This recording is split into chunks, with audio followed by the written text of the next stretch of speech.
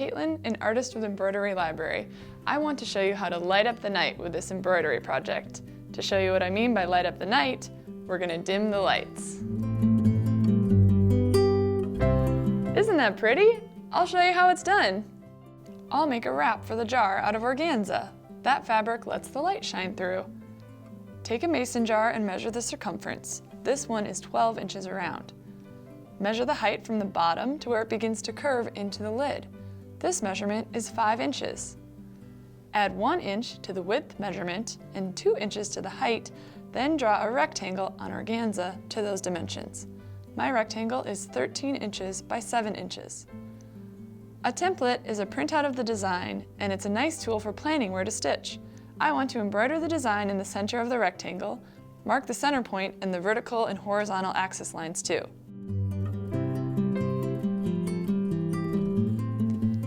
Hoop the organza with a piece of heavyweight, water-soluble stabilizer.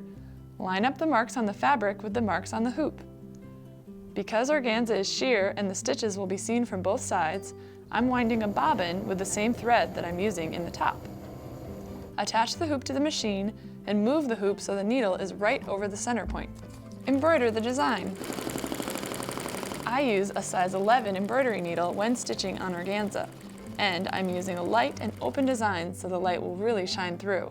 For each color change, wind a bobbin with the same thread you're using in the top. After embroidering, trim away the excess water-soluble stabilizer away from the back. Trim away any long threads from the back too. Soak the organza in water to remove the rest of the stabilizer. Allow the piece to air dry completely, then press it with a pressing cloth. Organza melts easily, so be sure to have your iron on a low setting. Fold the top and bottom edges 1/2 inch to the wrong side and pin in place. Sew a seam along the inner edge of the folds. Align the short ends right sides together and pin in place.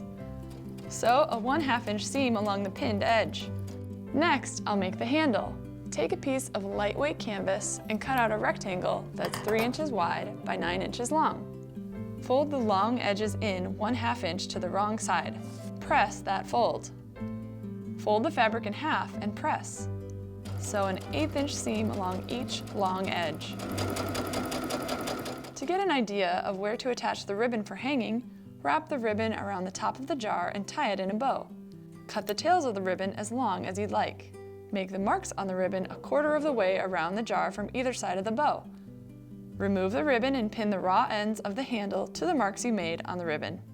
Sew the handle to the ribbon with a 1/4 inch seam. Wrap the ribbon around the jar, tie a knot and a bow. Next, I'll add a pretty cotton print to the top of the jar. Trace the lid onto the wrong side of a piece of quilter's cotton. Cut out the circle. Add fabric glue to the top of the lid and press the fabric in place. This is a 5-foot long string of battery-operated lights. They're sometimes called fairy lights.